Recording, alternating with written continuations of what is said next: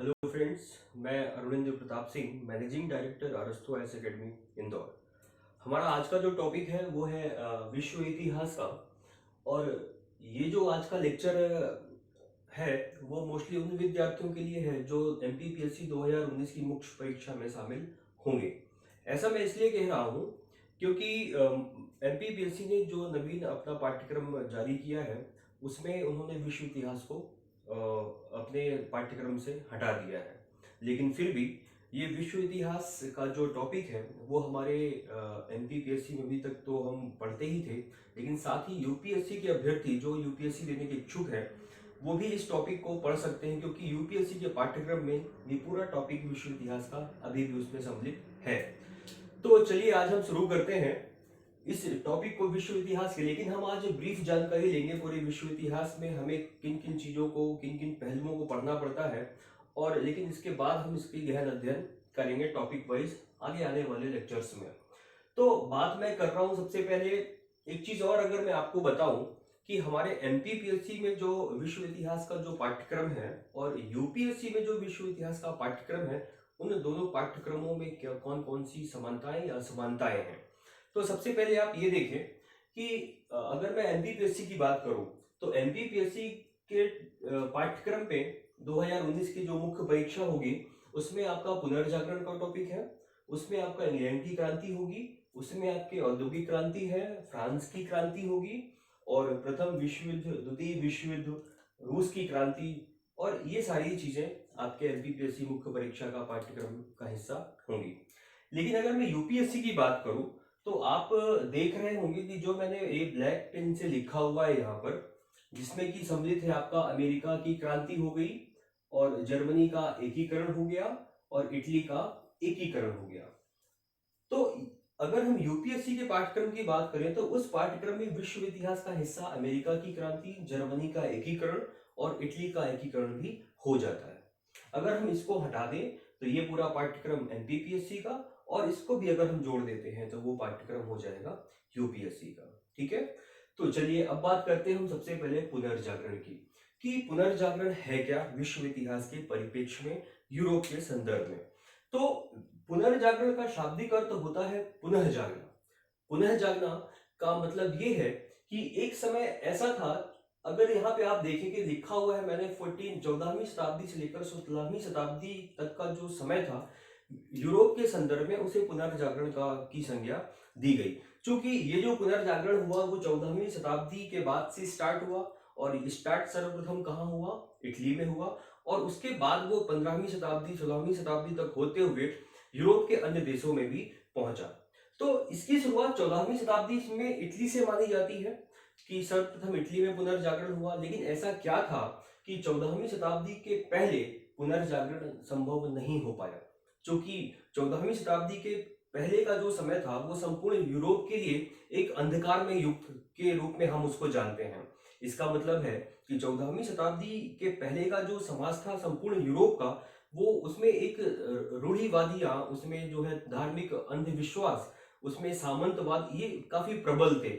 प्रबल का मतलब है कि उस समय के यूरोप में का जो जनमानस था उसको किसी भी प्रकार की आजादी, उसको किसी भी प्रकार की स्वतंत्रता प्राप्त नहीं थी। इसलिए हमने उस काल को, 14वीं शताब्दी से पहले के काल को, हमने अंधकार युग के नाम से जाना। लेकिन जैसे जैसे लोग वहां के थोड़ा बहुत तार्किक चिंतन करने लगे, उनका बौद्धिक उत्थान होने लगा, तो धीरे धीरे संपूर्ण यूरोप में पुनर्जागरण संभव हो पाया। ये जो टॉपिक है आपका पुनर्जागरण, ये बहुत ही इंपॉर्टेंट टॉपिक है। हमारे मध्य प्रदेश एमपीपीएससी में भी इस टॉपिक से कई सारे 3 मार्कर और 6 मार्कर क्वेश्चंस पूछे जाते हैं। और मोस्टली आपको बस समझना ये है कि पुनर्जागरण है क्या।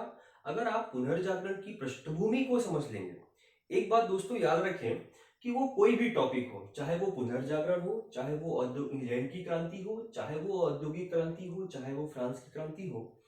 तो जैसे इंग्लैंड की क्रांति हुई 1688 में, फ्रांस की क्रांति हुई 1789 में।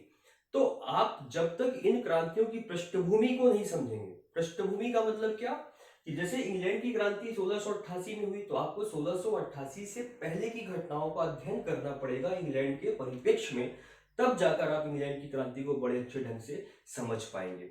तो जो मैंने पुनर्जागरण की बात की थी 14वीं शताब्दी से पहले, तो आपको अगर पुनर्जागरण समझना है तो सबसे पहला काम आपको ये करना है कि 14वीं शताब्दी से पहले का यूरोप कैसा था, वहाँ का समाज कैसा था, वहाँ की धार्मिक रीतियां कैसी थी, वहाँ का अर्थव्यवस्था कैसी थी, इन सब का जब तक आप अध्ययन नहीं करेंगे तब तक आप पुनर्जागरण को अच्छी तरह से समझ नहीं पाएंगे। तो एक तो था हमारा टॉपिक पुनर्जागरण, और पुनर्जागरण के दो महत्वपूर्ण घटक सामने हमारे पास उभर कर सामने आते हैं।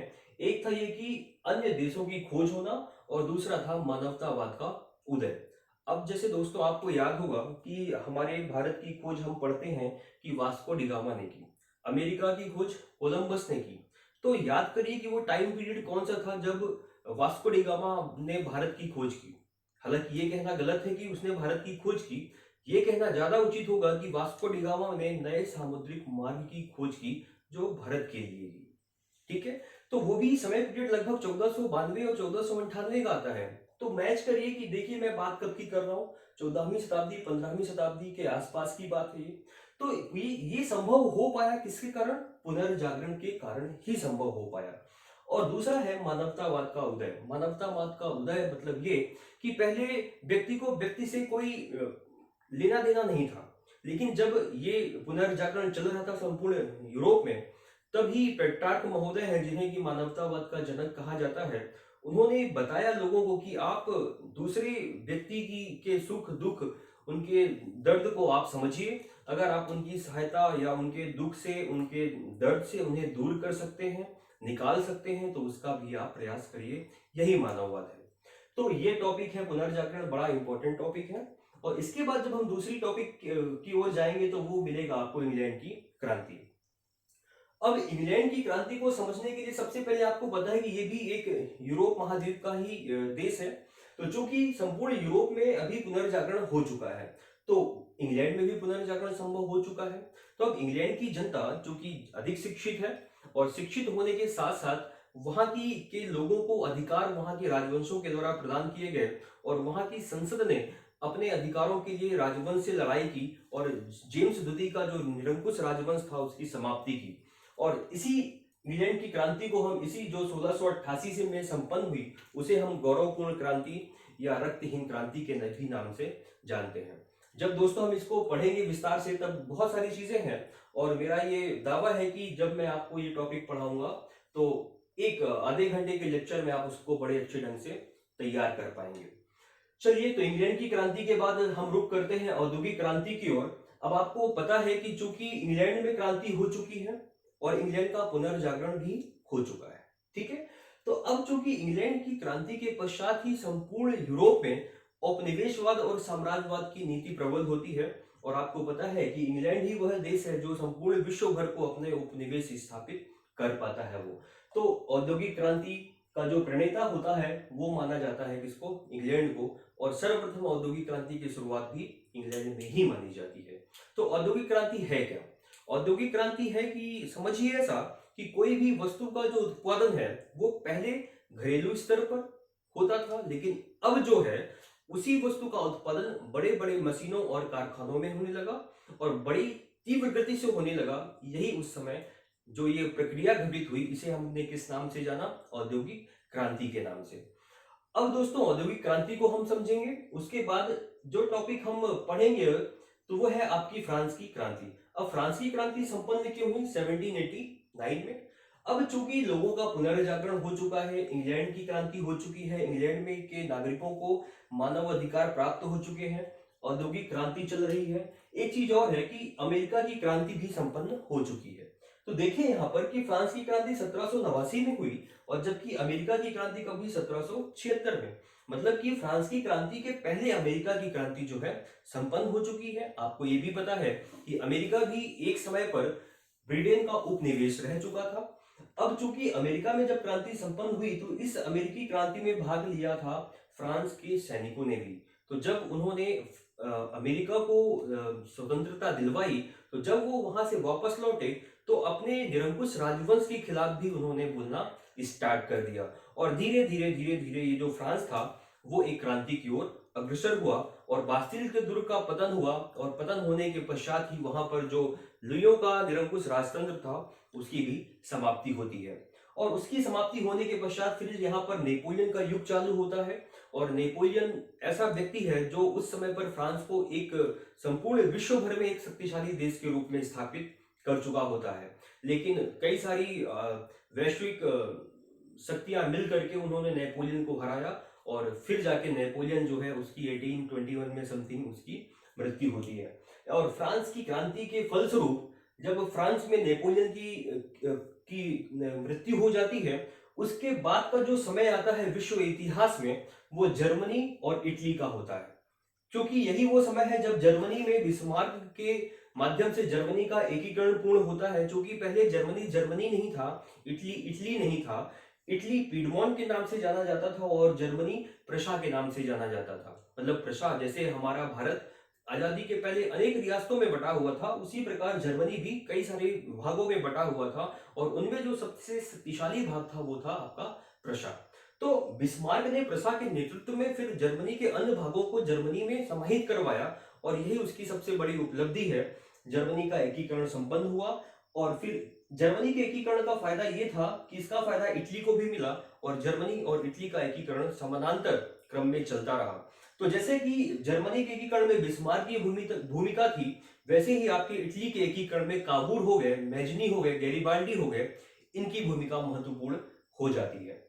तो दोस्तों, जर्मनी का जब एकीकरण हुआ तो जर्मनी एक वैश्विक महाशक्ति के रूप में उभर कर सामने आया और इसी का परिणाम फिर हमें देखने मिलता है प्रथम विश्व युद्ध के रूप में 1914 से और जो 1918 के मध्य होता है। अब आपको पता है कि इस विश्व युद्ध का जो तात्कालिक कारक था वो माना जाता है कि जो बोस्निया की जो कैपिटल है, बोस्निया की कैपिटल में ऑस्ट्रिया के राजकुमार की हत्या हो जाती है। हालांकि इसके पीछे भी बहुत ये तो हम एक कारक के रूप में इसको पढ़ते हैं, लेकिन जो वास्तविक कारक हमें जान मिलता है वो ये है कि चूंकि उस समय पर उपनिवेशवाद काफी प्रबल होता है, काफी उत्कर्ष है उपनिवेशवाद का, तो जो ऑस्ट्रिया होता है वो बोस्निया और हर्जेगोविना पर अपना अधिकार कायम कर लेता है। तो सर्बिया इस बात को नकारता है, चूंकि वहां पर सर्वबहुल जनसंख्या ज्यादा होती है। तो सर्बिया क्या करता है कि ऑस्ट्रिया के जब राजकुमार आते हैं बोस्निया पर, तो बोस्निया पर जब वो राजकुमार आते हैं तो उनकी वहां पर हत्या हो जाती है। तो ऑस्ट्रिया किस पर सर्बिया पर बोलता है कि इसमें हत्या करने के पीछे सर्बिया का हाथ है। तो ऑस्ट्रिया ने सर्बिया पर क्या कर दिया, आक्रमण कर दिया और यहीं से शुरुआत होती है आपके प्रथम विश्व युद्ध की।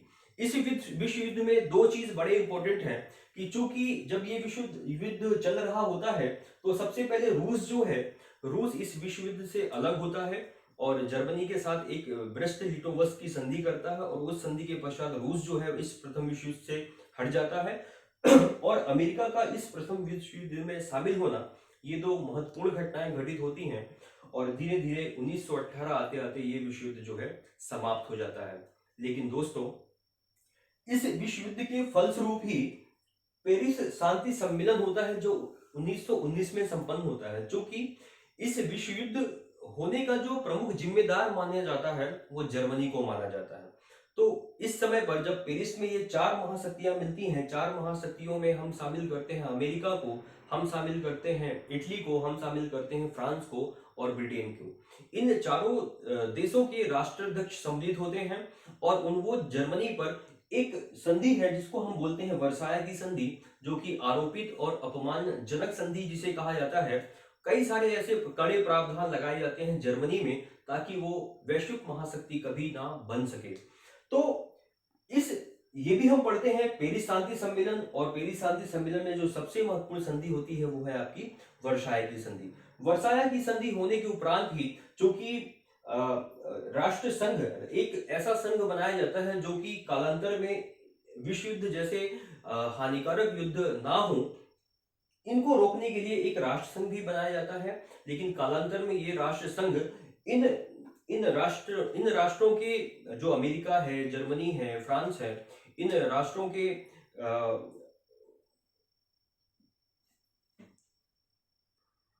तो इन राष्ट्रों पर अपना नियंत्रण स्थापित नहीं कर पाता है और इस राष्ट्र संघ की जो स्थापना का उद्देश्य था वो असफल हो जाता है। इसलिए हमारा एक क्वेश्चन ये भी बनता है कि राष्ट्रसंघ की असफलता के कौन कौन से कारण होते हैं।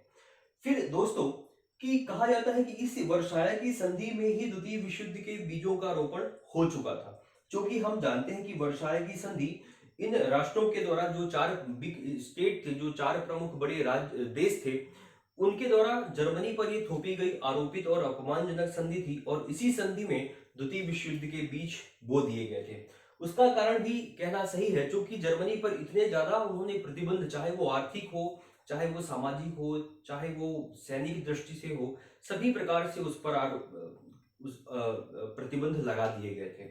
अब द्वितीय विश्व युद्ध की मैं बात करूं तो द्वितीय विश्व युद्ध, चूंकि इस समय पर जर्मनी में नेपोलियन का उत्कर्ष काफी बढ़ चुका था, नाजीवाद का उत्कर्ष काफी बढ़ गया था, और हिटलर जो है उस समय पर एक तानाशाह के रूप में संपूर्ण विश्व भर में छाया हुआ था।